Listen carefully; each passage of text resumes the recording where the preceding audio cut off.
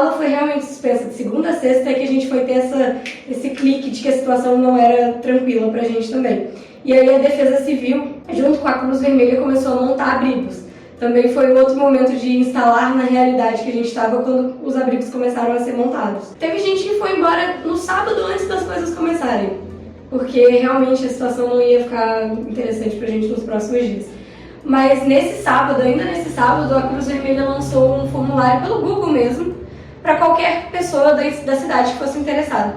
E a medicina já é bem engajada nesse tipo de projeto, é um projeto de extensão, é legal, a gente tem utilidade nesses lugares, então a gente começou a passar um pro outro, assim, nos grupos, no grupo de turma, assim, e aí todo mundo da medicina, praticamente todo mundo se inscreveu.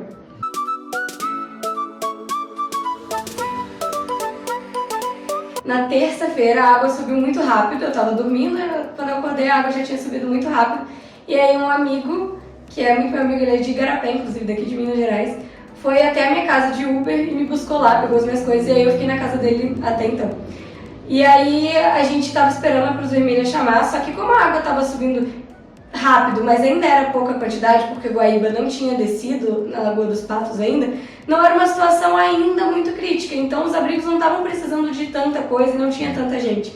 E aí os dias foram passando e na quinta-feira, nessa primeira semana ainda de alagamento em Rio Grande, a gente tava assim, sem nada pra fazer em casa, no ócio completo, e aí a gente resolveu tentar ir num abrigo ver se precisavam de ajuda. Quando a gente chegou lá, a situação não era o que eles estavam passando pra gente, porque a gente achou que não tava precisando de voluntário. Quando a gente chegou, precisava de muita coisa, precisava de muita gente. Pra dobrar roupa que chegava de doação, pra separar a doação, pra ajudar com as crianças, pra montar cama.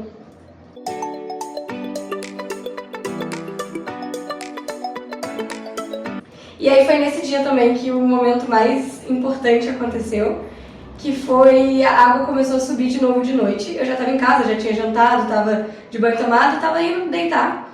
E aí chamaram a gente que o abrigo estava alagando. E a gente teve que tirar todas as pessoas e tudo, todas as doações para não perder nada. De noite, eram umas 11 horas da noite, a gente com água no joelho, tirando as coisas de dentro do abrigo.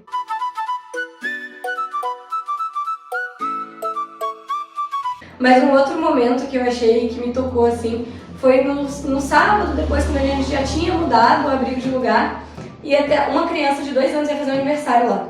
E aí conseguimos montar ali meio rapidinho um aniversário, e por incrível que pareça era o melhor aniversário da vida dessa criança, porque antes ela não tinha tido a oportunidade de ter uma festinha.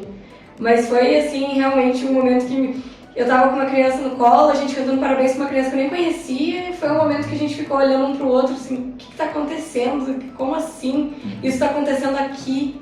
É muito difícil ver isso de perto, porque pra gente é uma coisa que estava acontecendo lá em Porto Alegre, lá em Lajeado, lá em Estrela. Quando aconteceu com a gente ali, a gente tendo que montar cama para as pessoas, a gente tendo que receber. Foi esse outro momento importante também que a moça chegou pra mim, você consegue receber aquela família ali? Só olha se eles não estão molhados da enchente. Isso pra mim foi bem um clique de realidade, assim, como assim eles estão molhados da enchente? Eles realmente foram resgatados do meio da água, com água na cintura. Criança de colo resgatada.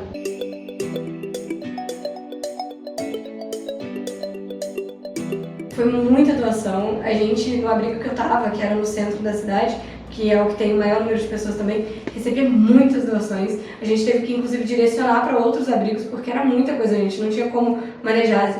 Num dia só chegaram mais de 20 colchões de doação. Era muita coisa.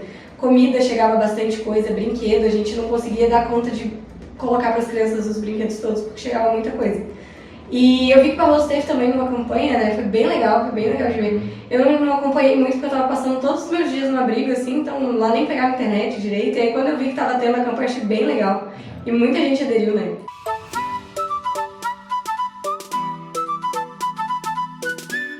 Mais uma vez, a gente só consegue ajudar os outros quando a gente tá em segurança. E ficar lá em Rio Grande, onde eu tava, mesmo que fosse na casa de uns amigos, não era mais seguro. A gente ficou com a cidade toda alagada. A água estava contaminada, então a água potável em um momento vai acabar. O gás da cidade, gás de cozinha, acabou. E aí a gente pensou que realmente agora é hora de tentar ir embora, né? E aí a gente pegou um ônibus para Pelotas, e aí em Pelotas a gente ficou esperando no aeroporto até aparecer um avião do exército. Quando apareceu o avião do exército, a gente pediu pro comandante uma carona, e a gente foi de carona num teco-teco do exército, num monomotor, até Santa Maria, para tentar, lá na base aérea de Santa Maria do Exército, conseguir um voo para algum lugar do Brasil. Aí a gente não conseguiu no primeiro dia, todos os voos foram cancelados, em Canoas também foi cancelado, e a gente ficou preso em Santa Maria uma noite. Aí eu fui para um hotel, passei a noite no hotel, e aí no dia seguinte a gente de novo, vamos para a base aérea lá do Exército e vamos tentar de novo. E aí surgiu assim do nada uma oportunidade de ir para Florianópolis com o Exército. Aí eu liguei pro meu pai ligou pra minha mãe, para ver como é que seria essa logística. Aí eu fui para Florianópolis pelo Exército. Lá a gente pegou carona com um cara que a gente conheceu que era do Exército e levou a gente pro aeroporto. E aí lá no aeroporto mesmo eu comprei uma passagem para São Paulo e de São Paulo para cá vim de ônibus.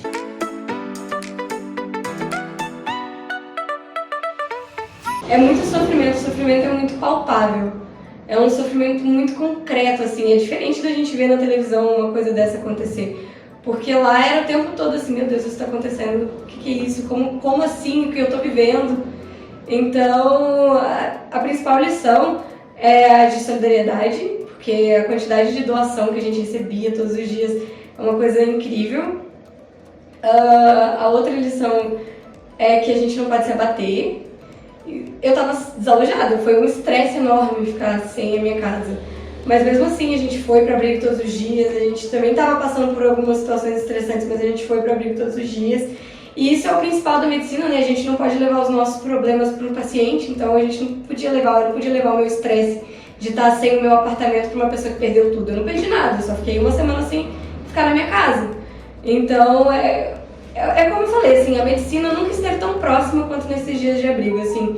Nada me deixou tão em contato com a natureza humana, com o sofrimento humano, do que essas pessoas que perderam tudo, ainda tinham problema de saúde, tinham família, tinham famílias volumosas lá, então isso é o principal.